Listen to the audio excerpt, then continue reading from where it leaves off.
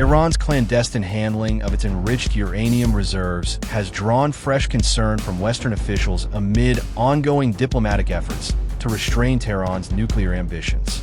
According to the Wall Street Journal and Reuters, U.S. officials have proposed the transfer of Iran's highly enriched uranium HEU stockpile to a neutral third country, possibly Russia, in an attempt to neutralize the risk of weaponization. However, Tehran remains adamantly opposed to such a move, citing national sovereignty and strategic deterrence as reasons for retaining the material under the supervision of the International Atomic Energy Agency, IAEA. Sources with knowledge of recent back-channel talks in Muscat, Oman, say that Iran's refusal stems largely from distrust following the U.S. withdrawal from the 2015 nuclear deal under Donald Trump.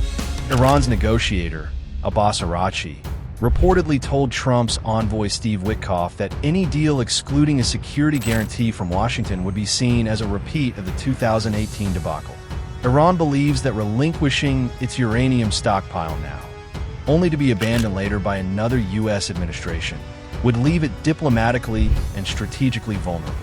Al Jazeera reported that Iran sees its enriched uranium as both a bargaining chip and a safeguard against future betrayals.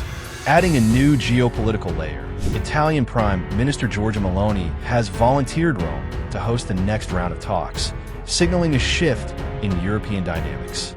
Italy's inclusion, viewed by Politico as a nod from Trump to a personal ally in Europe, sidelines the traditional E3 bloc of France, Germany, and the UK.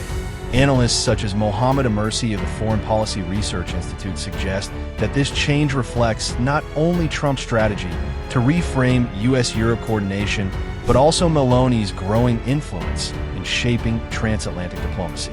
Meanwhile, Iran is operating under intensifying external pressure. U.S. officials, according to the Washington Post, have hinted at the possibility of military strikes should diplomacy fail, particularly as satellite imagery reveals fortified tunnel complexes potentially used to conceal uranium stockpiles. Tehran's economy, burdened by sanctions, is desperate for foreign investment, and discussions are reportedly underway to create legal frameworks for insuring companies against future U.S. policy reversals. The European Union's inability to protect investors post-2018 continues to haunt economic diplomacy.